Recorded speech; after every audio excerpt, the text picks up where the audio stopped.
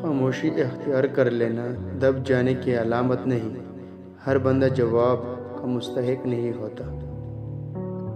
جہاں انسان کے صبر کی آخری حد ختم ہونے لگتی ہے، پھر وہی رب فرماتا ہے کن، ہر ناممکن پھر ممکن ہو جاتی ہے۔ اور جس نے زندگی دی ہے پہلے اس سے تو محبت نبھا لو۔ جن کا یقین عرش والے پر ہو وہ فرش والوں کی باتوں پر دل چھوٹا نہیں کرتے۔ ہم اللہ کی محبت تب دیکھتے ہیں جب دنیا کی محبتیں تکا دیتی ہیں۔ کیا تمہیں معلوم نہیں کہ دنیا میں ایسا کچھ بھی نہیں جو دعا سے نہ مل سکتا ہو؟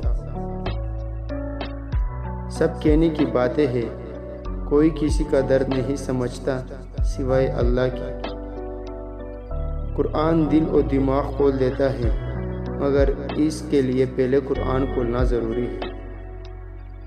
اگر اللہ نے وہ دیا ہے جسے کھونے کا تم تصور نہیں کر سکتے تھے، تو یقیناً وہ کچھ ایسا بھی دے گا جو آپ نے اسے پانے کا سوچا بھی نہیں ہوگا۔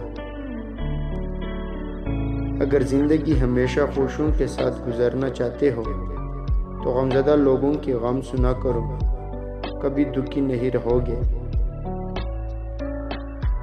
کسی سے اتنی نفرت نہ کرو کہ ملنا پڑے تو مل نہ سکو، اور کسی سے اتنی محبت نہ کرو کہ کبھی تنہا جینا پڑے تو جی نہ سکو۔ غم کو اس طرح قبول کرو جس طرح خوشیوں کو قبول کرتے ہو، دونوں ایک مصنف کی لکھی ہوئی ہے۔ جب کسی کی کمی محسوس ہونے لگے تو سمجھ جاؤ زندگی میں اس کی موجودگی بہت گہرے ہونے لگی ہے۔ مضبوط رہے، مثبت رہے، اپنے حاسدین کو اسی غم میں رہنے دے کہ آپ ابھی تک مسکرا کیسے رہے ہیں۔ کبھی کسی کا دل مت دکھاؤ، اس کے آنسو آپ کے لیے سزا بن سکتے ہیں۔ اپنے رب سے دوستی کر لو، یہی وہ ذات ہے جو کبھی آپ کو تنہا نہیں چھوڑتی۔ انسان چاند پر پہنچ گیا، سمندر کی تہہ تک پہنچ گیا، لیکن افسوس انسان انسانیت تک نہ پہنچ سکا۔ دنیا کے سامنے چیخنے سے بہتر ہے کہ اللہ کے سامنے رو لو۔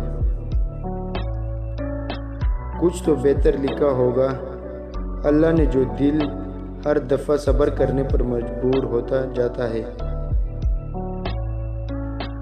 شاخوں سے پتے کا گرنا محض موسم کی تبدیلی کا پیش خیمہ نہیں ہے، بلکہ یہ یاد دلاتا ہے کہ ہر شے فانی ہے۔ اپنی ذات کو سمندر کی طرح بناؤ جو اپنے اندر سب کچھ سمونے کے باوجود بھی اوپر سے بالکل پرسکون ہوتا ہے۔ کچھ وقت اللہ کو دینے سے خود کا وقت سدھر جاتا ہے۔ کسی کی آنکھ تمہاری وجہ سے کبھی نم نہ ہو، کیونکہ تمہیں اس کے ہر آنسو کا قرض چکانا ہوگا۔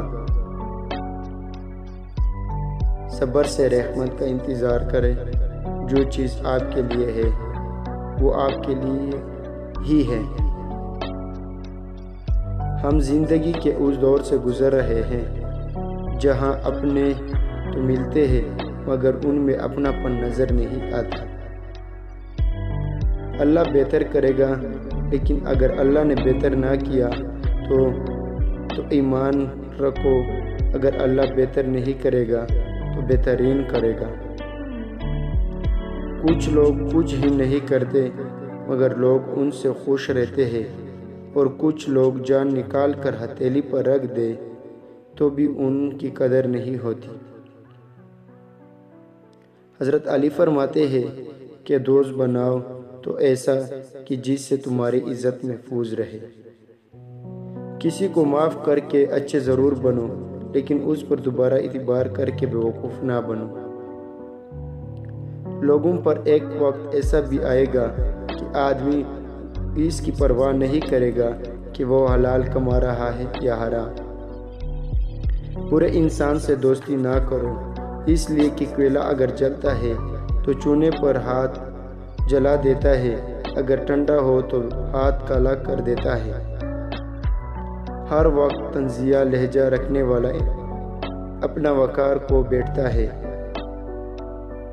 اپنے ہاتھ سے کی ہوئی نیکی اور دوسرے سے سرزد ہونے والی گناہ کا تذکرہ کسی سے نہ کرو، یہ تمہارے کردار کا امتحان ہے۔ جیسا سوچو گے ویسا بنو گے، تمہارے خیالات ہی تمہاری تقدیر ہے۔ آپ کی اچھی سوچ ہی آپ کے شاندار مستقبل کی ضمانت ہے۔ جب تم کو یقین ہو کہ اللہ تمہارے ساتھ ہے تو اس بات کی فکر چھوڑ دو کہ کون کون تمہارے خلاف ہے۔ جو لوگ اپنی دعاؤں میں دوسروں کو شامل کرتے ہیں، خوشیاں سب سے پہلے ان کے دروازے پر دستک دیتی ہے۔ ضروری تو نہیں کہ آپ ان لوگوں کے لیے اداس رہے ہیں جنہیں آپ کی پرواہ نہیں۔ آپ ان لوگوں کے لیے خوش بھی تو رہ سکتے ہیں جو آپ کی فکر کرتے ہیں۔ وہ جگہ چھوڑ دو جہاں تمہارے احساس اور تمہارے الفاظ کی قدر نہ ہو، پھر چاہے وہ کسی کا گھر ہو یا کسی کا دل۔ 3 قسم کے لوگوں پر زندگی میں اچھا وقت کبھی نہیں آتا: سست اور کاہل انسان پر، بددیانت اور بے ایمان انسان پر، اور اپنی زندگی کو بے اور بے ڈھنگ طریقے سے گزارنے والے انسان پر اچھا وقت کبھی نہیں آتا۔ بدترین دوست وہ ہے جو امیری میں ساتھ دیتا ہے اور غریبی میں ساتھ چھوڑ دیتا ہے۔ انسان ہو کر ایسا کام نہ کرو جس سے انسانیت کا دامن داغدار ہو جائے۔ بدترین جھوٹ وہ ہے جس میں کچھ سچ شامل ہو۔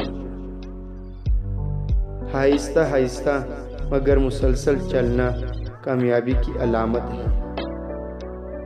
زندگی کا راز صبر میں پوشیدہ ہے۔